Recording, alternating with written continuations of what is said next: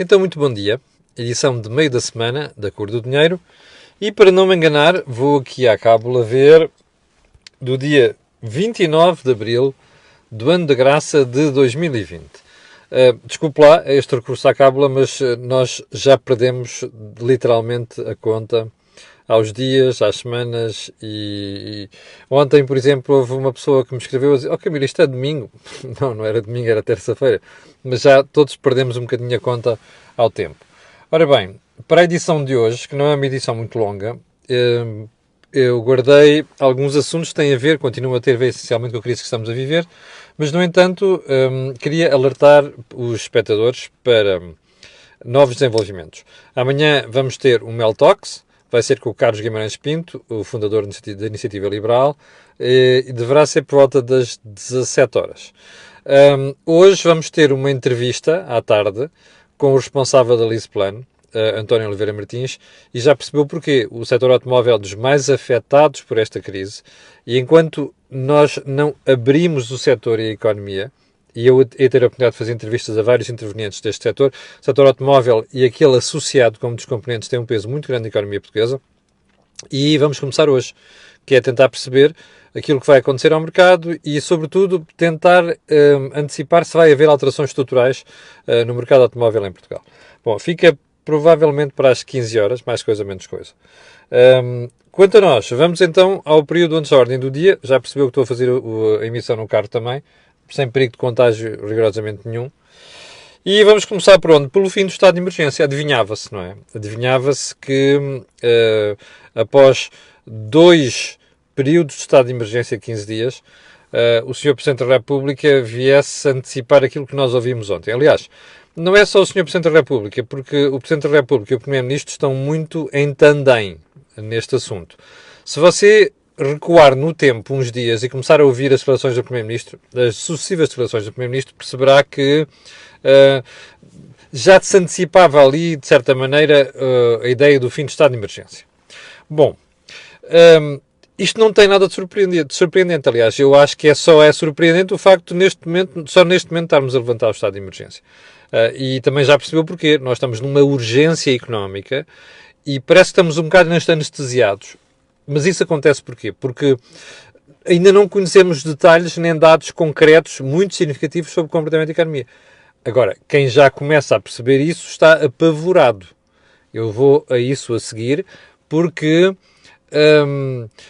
já vai perceber porquê. Já vai perceber porquê, não só do Banco de Portugal, bem como outras instituições. Bem, o que é que eu queria dizer sobre o fim do estado de emergência? Até que, enfim, vai ser levantado à meia-noite o dia 2.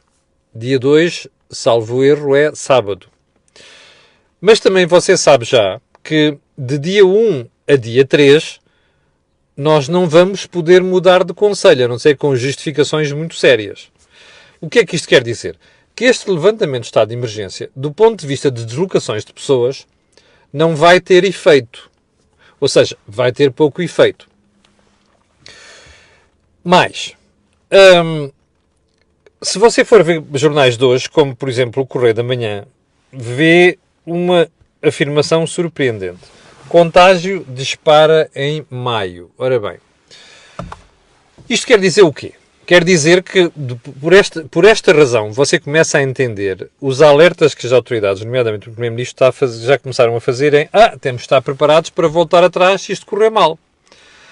Pois, eu percebo isso, mas como nós temos 2 bens a salvaguardar aqui no meio disto tudo, um é a saúde pública e o outro é a economia, porque não nos adianta nós estarmos vivos se tivermos uma crise social de dimensões impensáveis até agora e se tivermos uma destruição maciça de postos de trabalho. Perdão, de postos de trabalho. De empresas que, por sua vez, se refletem nos postos de trabalho. Isto é aquilo que os economistas costumam chamar com palavrão destruir o PIB potencial, não é? Ou seja, quando nós voltássemos ao trabalho, já não havia nada. Bom, qual é a relevância do que está a ser decidido? É muito simples. Nós vamos ter que encontrar, nos próximos dias, uma solução que permita fazer coexistir nós regressarmos lá fora e, ao mesmo tempo, pormos a economia a funcionar sem que isto dispare, porque já percebemos, se houve coisa que deu para entender nas últimas semanas, foi quais são os limites do nosso SNS, o tão propalado pela esquerda SNS, que está muito bem, não sei quantos, não está bem. Sabe-se agora que nós não podemos ter mais de 4.000 internamentos. Está a ver o risco disto tudo, não é? Portanto, é este balanço, é este equilíbrio que nós vamos ter que salvaguardar nas próximas semanas. Vamos conseguir? Não sei. Mas é bom que consigamos. Segundo ponto. O estado de calamidade pública que o Governo se prepara para declarar é melhor do que o estado de emergência? Bom, em teoria, do ponto de vista das medidas, é. Na prática, é uma incógnita, é uma lotaria. Porquê é que eu estou a dizer isto? Repare, o estado de emergência é convocado pelo Presidente da República. É verdade, o Parlamento depois tem que ratificar, mas é o Presidente da República. É um decreto presidencial. Há duas entidades envolvidas, três. O Presidente da República, o Parlamento e o Governo, que executa. No estado de calamidade pública, não. Isto é uma decisão, é um decreto do Governo. Isto não o deixa preocupado? A mim deixa. Porquê? Se você for ver, nas últimas semanas, acentuaram-se os tiques de autoritarismo. E muitas decisões do Governo ficam por escrutinar aquilo que se diz em inglês. Aliás, se diz em inglês. Aquilo que eu digo, às vezes de forma muito grosseira, sindicar, entre aspas, não é? Ou seja, é o escrutínio que falta. Se você for olhar para uma série de medidas, a tentação de meter o Estado em tudo e mais alguma coisa agravou-se. Ora, se isto sucedeu durante o período de emergência, em que é um instituto não convocado pelo Governo, mas pelo Presidente, se você tem neste momento uma decisão que depende sobretudo do Governo, está mesmo a ver o que é que pode acontecer. Exatamente. É decisões a trouxe-moxe, decisões impostas. Repare como, de repente, durante o estado de emergência, começou-se a falar em nacionalizações a torto e a direito. Nacionalizações. Voltar atrás no tempo. Ora, eu tenho algum receio do estado de calamidade pública, porque isso vai acentuar alguns dos tiques, um dos quais nós falámos ontem, que é dizer, vamos fazer, diga a Constituição o que disser. Eu sei que você desse lado que é muito otimista vai dizer assim, mas nós temos Presidente da República para fiscalizar isto e o Parlamento. Diga-me, se faz favor, qual foi a decisão do Governo das últimas semanas que foi questionada pelo Sr. Presidente da República. Eu não conheço nenhuma. E já sabe porquê. O Sr. Professor Marcelo Rebelo de Sousa precisa de não chatear a esquerda para conseguir fazer aquele regresso a Belém em ombros. Portanto, esteja preocupado com o estado de calamidade pública. Ponto seguinte. A venda da Brisa e a falta de capital em Portugal. A Brisa foi ontem vendida a um consórcio de investidores estrangeiros por um valor superior a 3 mil milhões de euros. Imagine só quanto é que valia esta empresa, mais de 3 mil milhões de euros. Se você for ver a última OPA que tinha sido lançada pelo Grupo Mel sobre a empresa, isto dá mais do dobro daquilo que é a valorização da Brisa. Duas reflexões sobre isto. Estamos a perder centros de decisão em Portugal? Estamos, naturalmente. E porquê é que isto acontece? Porque nós não temos capital. Portugueses não têm capital. Ao contrário do que diz Jerónimo de Sousa, mais a Catarina Martins e aquela maltinha toda, que disfarçam, mentem, nós não temos capital. Se nós tivéssemos capital, nós não perdíamos Brisas, percebe? Mas isto é o destino de um país que fica dinheiro ao exterior e que não tem capital. É bom que você pense nisto. Isto é o nosso destino. Quando nós acumulamos dívida face ao exterior, porque não há capital cá, quer dizer que eles ficam credores nossos. E das duas, numa, nós conseguimos pagar aquilo, e, portanto, gerando capital, ou então nós temos que vender ativos. É um bom exemplo. Segunda questão. O que é que vai o Grupo Melo fazer com isto? Eu suspeito que vai ser para reinvestir na área da saúde, que é a área, por excelência, hoje em dia, onde o Grupo Melo aposta. Não só para reduzir dívida, como provavelmente para fazer outros investimentos. Suspeito eu. Mas aguardemos. Com este cenário de fundo, quem não tem capital sujeita-se a ficar sem bens, sem ativos. Ouviu? Isto é o risco do nosso destino nos próximos anos. Ponto seguinte. Onde é que isto está? Trabalhar no carro é difícil. Estou estupefacto porque continuo a ver muita publicidade ao crédito ao consumo. Repare uma coisa, eu não sou contra o crédito ao consumo. O crédito ao consumo tem o seu espaço. O que eu estou a achar estranho é como num momento de crise haja uma profusão tão grande de ofertas de crédito ao consumo.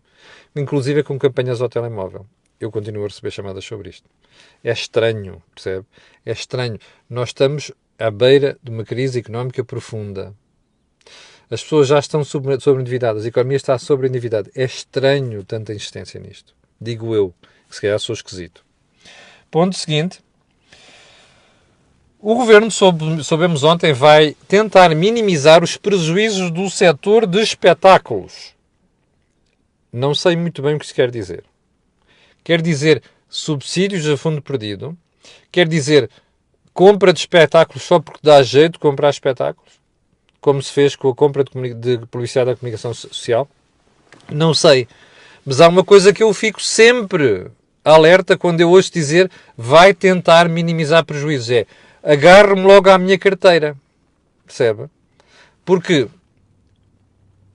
era bom que o Primeiro-Ministro não se esquecesse de uma frase que disse uma vez numa entrevista: o dinheiro não é meu, é do contribuinte. Quando ele toma estas decisões, quando a senhora Ministra da Cultura, que eu acho que é um bocado tontinha, toma estas decisões, você nunca se esqueça de perguntar quem é que paga, mas já sabe a resposta, é sempre você. Se você não estiver atento a estas coisas e não as questionar, você vai acabar por pagar muita coisa nos próximos tempos que não quer pagar. Esta história de espetáculos, eu vou querer saber exatamente o que é que o Governo ou vai fazer. Ponto seguinte, a Altice comunicou ontem que deixou de pagar aos clubes aquilo que são os contratos de transmissão televisiva. Naturalmente. Se não há jogos de futebol, e se não há público, e se não há transmissões pela televisão, não se pode pagar. Porque o serviço que está por trás não existe. Não é? Mas eu até acho que a Altice até foi generosa, porque houve jogos de futebol até metade de março e até acabou por pagar todo o mês de março. Portanto, enquanto não regressar ao futebol, não pode haver pagamentos. Isto vai ser um grande sarilho para muitos clubes. Talvez por isso. É um assunto que eu hei de voltar amanhã. Vamos abordar esta noite no meu trabalho na Rádio Renascença. Esteja atento, com o Rui Viegas. Que é... O que é que isto quer dizer? Se você reparar, o Porto já pediu o adiamento de pagamento de uma linha de obrigações. Vamos deixar isso para amanhã, porque já não temos tempo hoje. Ponto seguinte. Os despedimentos do transporte aéreo. Ontem soubemos que a British Airways vai despedir 12 mil pessoas. 12 mil. É uma empresa muito grande, tem muita gente, tem muitos aviões, é uma das melhores empresas do mundo. Mas há uma pergunta que eu deixo no ar. Quando a TAP retomar a atividade, vai libertar mão de obra também? Ou a influência do Estado aqui vai se fazer sentir e não vai haver despedimentos? Ou vai-se nacionalizar mesmo, que é para não se tomar decisões que deviam ser tomadas? Esteja atento também. Não esqueça que sai tudo do seu bolso. Então vamos lá à agenda de hoje, para o primeiro ponto, já com 14 minutos decorridos. Uma vergonha. Você já olhou para o seu cheque do IRS?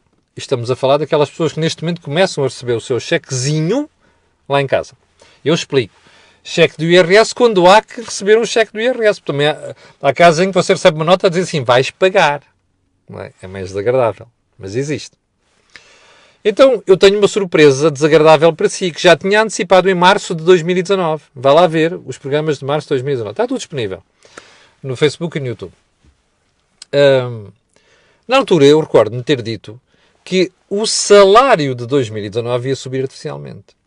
Porquê? Porque o governo, por causa das eleições, resolveu fazer aquela jogatinha que era mexer nas taxas de retenção para as pessoas artificialmente ficarem com a ideia de que estavam a receber mais. Não é artificialmente, é que estavam mesmo a receber mais. Mas na altura eu alertei-lhe assim, atenção, aquilo que você neste momento vai receber a mais, depois não vai receber em 2020, quando você entregar a sua declaração de IRS. Percebe? Está aqui um rapaz a dizer assim, a TAP já libertou o pessoal. Não. A TAP está em layoff, que é diferente, ok? Você pode dizer, está bem, o layoff é a antecâmara do desemprego. Para muita gente é, Mas o problema é que eu acho que vai haver ser para uns, não vai ser para outros. Não confundir as coisas. Bom, voltando ao IRS. Naturalmente, se você descontou menos nas tabelas de IRS em 2019, porque dava jeito ao governo por causa das eleições, agora você vai receber menos. Está aqui a contrapartida. Mais, para aquelas pessoas que tinham ficado lá resvés em 2019, quando receberam o seu chequezinho, agora ou vão pagar ou então ficam ali mesmo na margem, percebe? Mas aquelas pessoas que pagavam ainda vão pagar mais, apesar de, mesmo que tenham aquelas deduções fiscais, ou seja, agora chega a fatura de 2019. Mas não se esqueça disso. Esteja atento. Sobretudo esteja atento àqueles que não pagavam e vão passar a pagar. Ok? Bom. E eu acho que em 2021 vai acontecer a mesma coisa. Percebe? Porque este ano, como você já reparou, também se mexeu nas tabelas de retenção na fonte. Ponto seguinte. O governador do Banco de Portugal veio ontem recomendar, numa intervenção perante o Parlamento, a Comissão de Economia e Finanças, veio recomendar a revisão do esquema de apoios às empresas. Salve! Salve! Afinal, não somos só nós, os más línguas de serviço, a criticar o que o Governo está a fazer. Já conhece a minha crítica.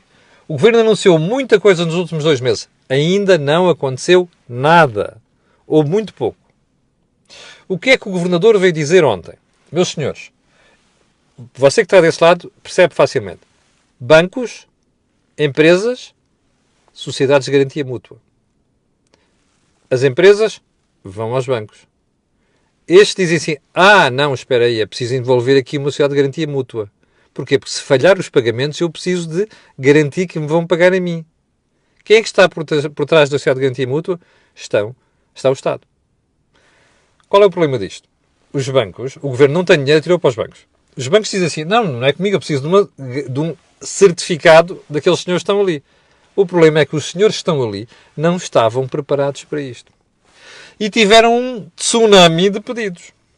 Não tinham back office, se quiser escritório, entre aspas, para tratar disto tudo. Moral da história, quem está deste lado são as empresas. Opa, o dinheiro e as notas não vêm. Percebe o problema? O Governador veio dizer, é preciso rever isto. E como?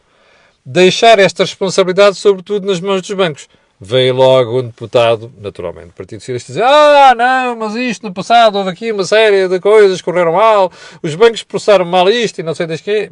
Desculpas de mau pagador. Porquê? Porque o senhor deputado ou então não conhece o assunto, ou então sabe que o problema ali não é os bancos terem mal aproveitado aquilo. O problema é que situações destas de emergência ou se mudam os critérios de concessão deste tipo de subsídios para tornar ágeis e corre-se o risco, naturalmente, de haver algum wrongdoing, ou então, o que é que acontece? Morre-se da cura. Porque é assim, como diz o Governador, então as empresas neste momento estão com problema de tesouraria. Ora, se não chega o dinheiro, não resolve o problema de tesouraria. Já agora preparem os seus deputados, porque daqui a uns meses as empresas vão ter um problema de endividamento, certo endividamento. Está a ver o problema aqui? É preciso agilidade no Estado para tratar estas coisas. O Estado não tem esta agilidade, percebe? Moral da história, a coisa está a correr mal.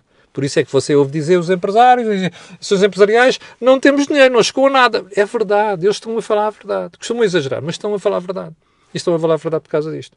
Portanto, atenção a este ponto. O senhor Dr. Carlos Costa foi muito claro e disse assim, meus senhores, ou isto resolve já, ou então temos um problema. Qual é o problema? As empresas fecharem. Por isso é que eu lhe estou a dizer aqui há dias já. Há dias estou a dizer isto. E vou repetir. E você vai ver, infelizmente, que isso vai concretizar. A história do layoff é a antecâmara do desemprego. A celeridade com que o Governo está a tratar isto é zero.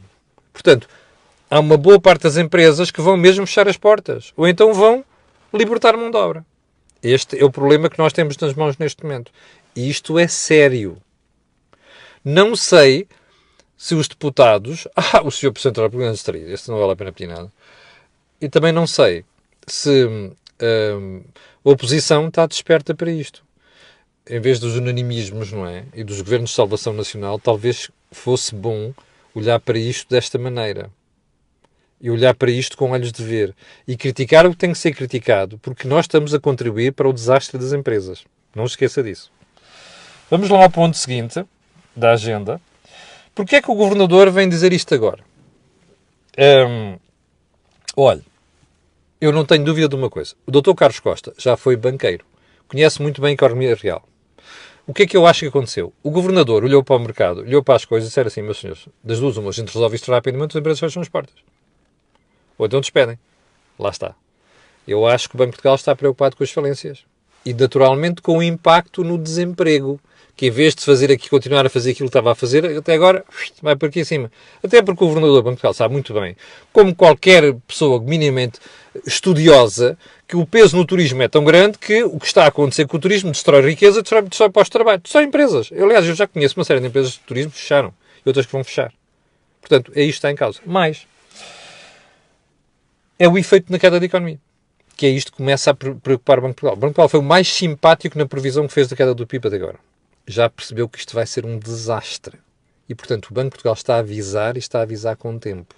Mas o governador vai-se embora. Portanto, não tem nada a perder.